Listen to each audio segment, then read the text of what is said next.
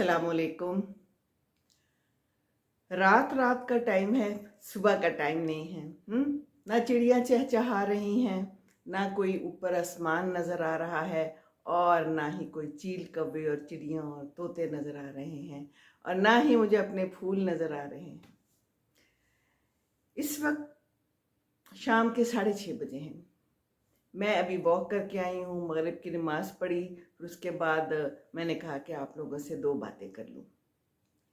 मैं आई हूँ ना अंदर, तो शाम हो जाती है जब अजान के बाद, तो मैंने लगाई हुई हैं बाहर सोलर लाइट्स, खुद ब खुद ही ऑन हो जाती हैं, रोशनी देती हैं, है ना।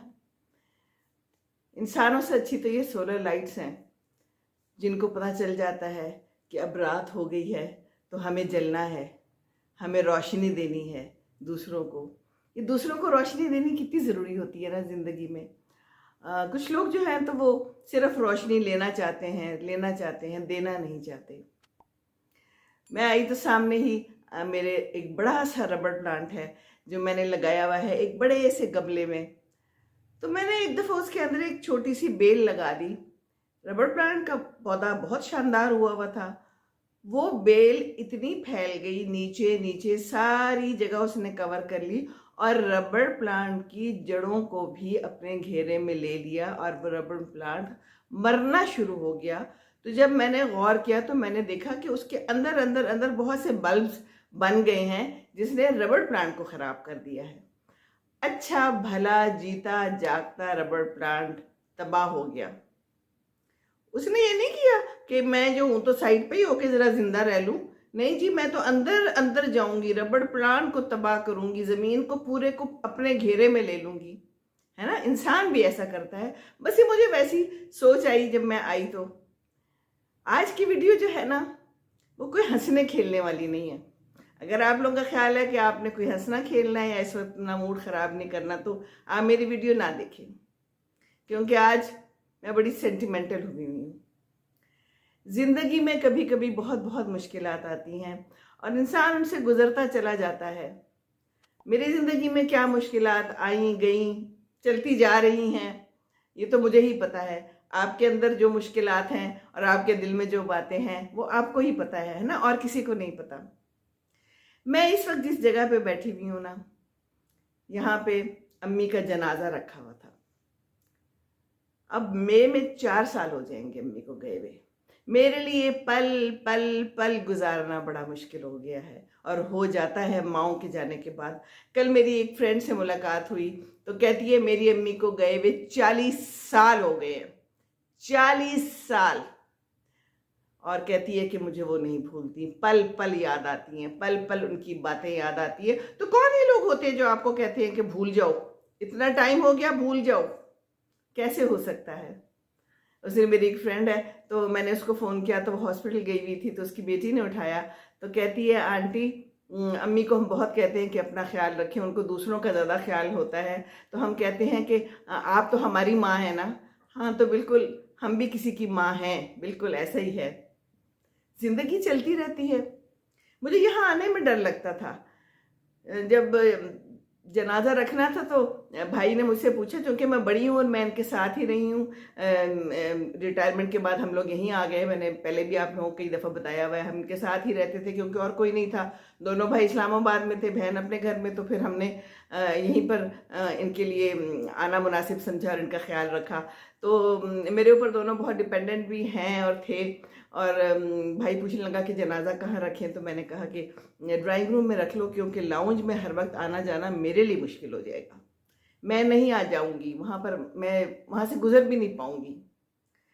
तो यहाँ पर डाइनिंग रूम है साथ और ये ड्राइंग रूम है।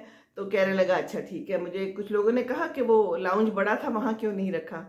तो फिर मैंने बताया कि क्यों नहीं रखा। लेकिन अब मैं यहाँ बैठी हुई हूँ इस वक्त, और बिल्कुल खामोशी है, और मुझे वो दिन नहीं भूलता। मुझे पूरी जो उनकी बीमारी है वो नहीं भूलती। मुझे पल पल याद आती है, एक एक चीज़ मैं क्या बताऊँ आप लोगों को। आप लोग भी यकीनन गुजरे होंगे।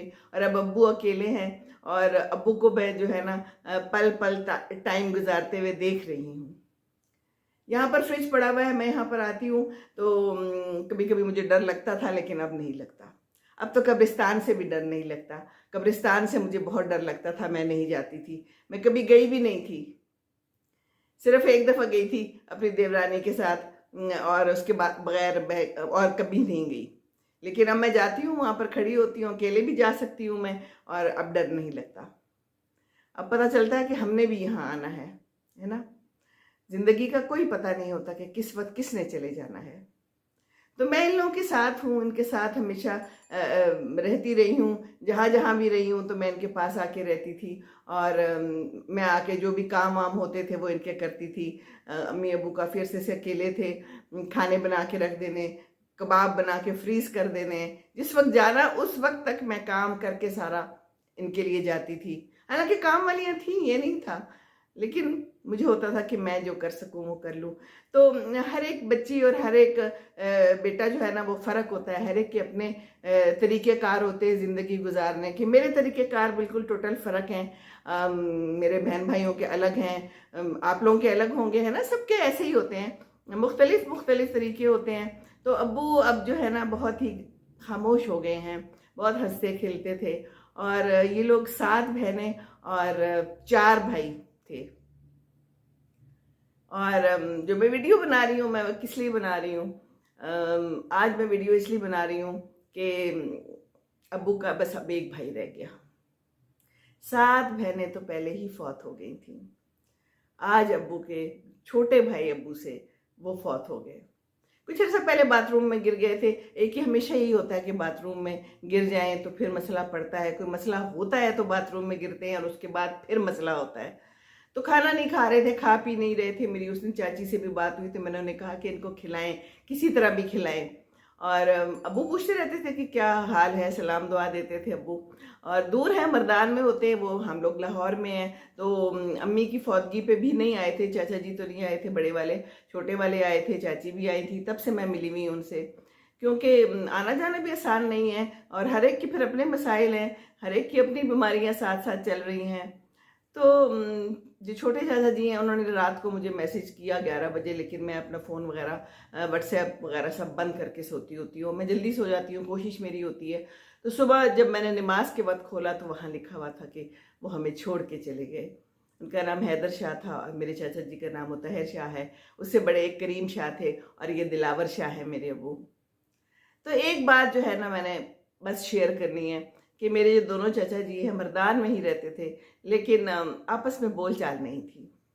और मुझे इस बात की बड़ी तकलीफ होती थी। मैं अब्बू को भी कई दफ़ा कहा था ऐसी किसी छोटी सी बात पे, और अब देखिए कि वो छोटे चाचा जी ही मुझे बता रहे हैं कि हैदर शाह दुनिया में नहीं रहे। तो ये दुनिया ऐसी है, किस वक्त किसने चल जाना है कोई पता तो होता नहीं है। तो हम एक दूसरे से लड़ाइयाँ झगड़े करके एक दूसरे को नीचा दिखाने की कोशिश करते हैं ज़िंदगी में।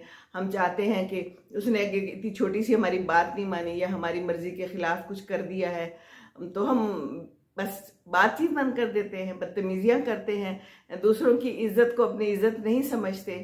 तो बस चाचा जी बहुत प्यारे हैं, छोटे वाले भी मुझे बहुत प्यारे हैं और मेरी तो जान है, अब एक ही रह गए हैं।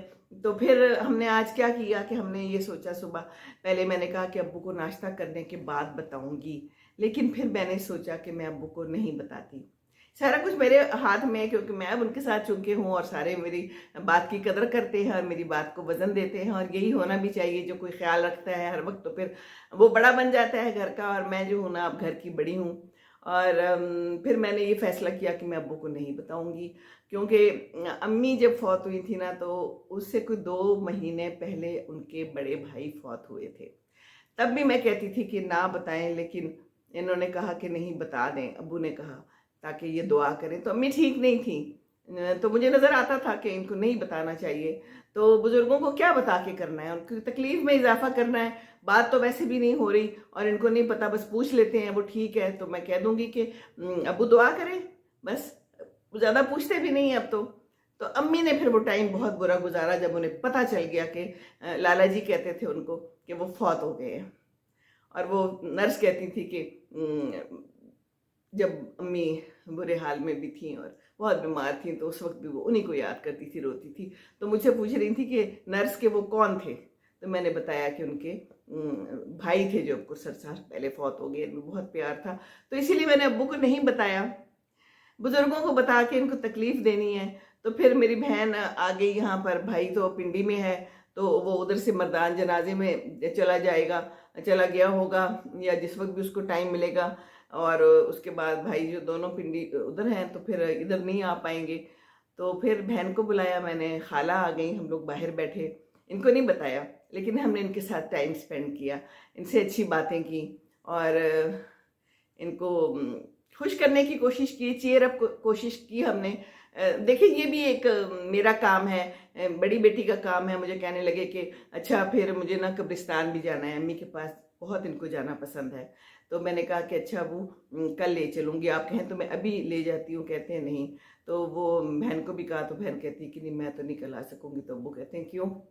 तो अब ये बात है कि मैं हूँ तो मैं तो कभी उन्हें इनकार नहीं करती किसी भी चीज़ पे। मुझे जब कहते हैं ना तो फिर ये प्यार मोहब्बत तो चाहिए होता है ना। अगर हमने लिया हुआ है, हमने सिर्फ क्या लेते ही रहना है, हमने देना नहीं है कुछ, हमने देना भी है ना।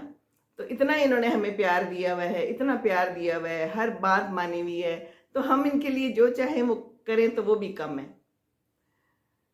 तो बस मैं हैरान होती हूँ, मैं कहती हूँ ज़िंदगी कैसी है, हैरान हूँ ज़िंदगी, तुझसे नाराज़ नहीं हूँ ज़िंदगी, पर हैरान ज़रूर हूँ कि क्या हो जाता है।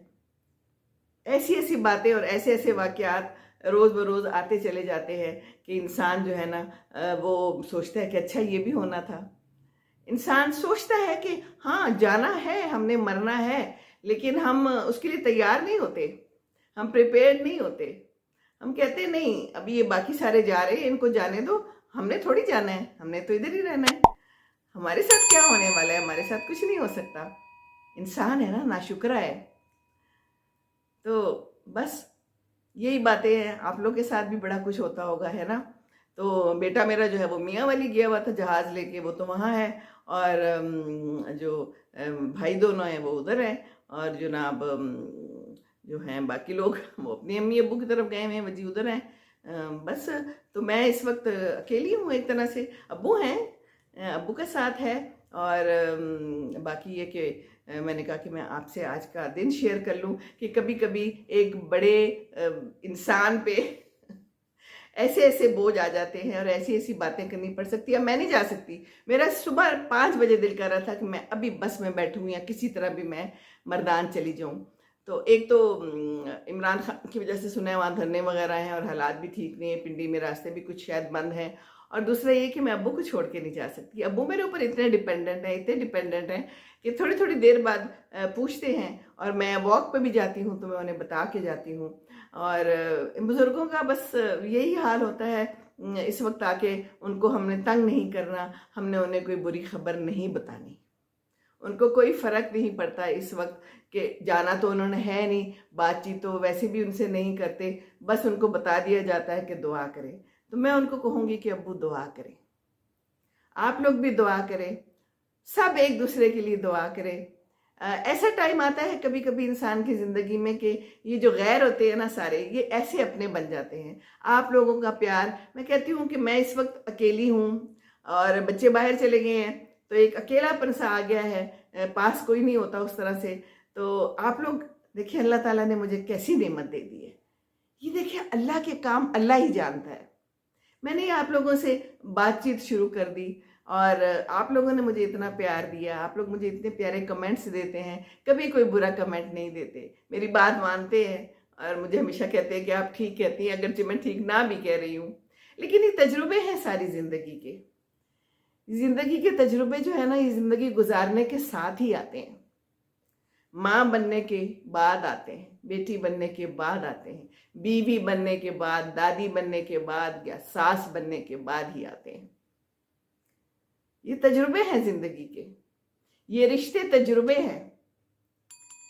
तो बात यह है कि सिला रहमी करना चाहिए, कतई रहमी नहीं करना चाहिए। क्या पता किस वक्त किसने चले जाना है और हम नाराजगियां पाल लेते हैं। तो नाराजगियां फिर बाद में क्या करेंगी? अगर इंसान चला जाए तो आपने उससे माफ़ी भी ना मांगी हो तो दिल कैसा रहेगा? तो माफ़ी मांग लें, माफ़ कर दें। और बस आज की यही बात। बातें तो बहुत सी हो सकती हैं, लेकिन फिर आप लोग कितनी कुछ सुन सकते हैं, है ना। बस बात यह है कि कभी कभी इंसान संजीदा भी होता है, कभी कभी हंसता खेलता है, और ज़िंदगी ही ऐसी है, और ज़िंदगी आपको हैरान करती चली जाएगी और आप हैरान होते चले जाएंगे।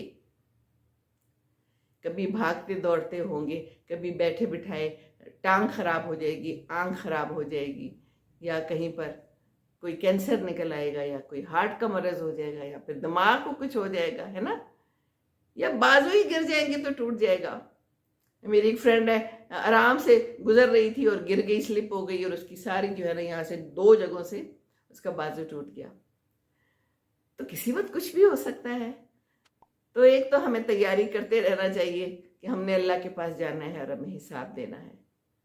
तो सिला रहमी कीजिए, सिला रहमी कीजिए। इस्लाम में है कि सिला रहमी करें, पता किसी का कुछ नहीं। तो बुजुर्गों का ख्याल रखें। ये यादें हैं जो मैं आपके साथ शेयर कर रही हूँ।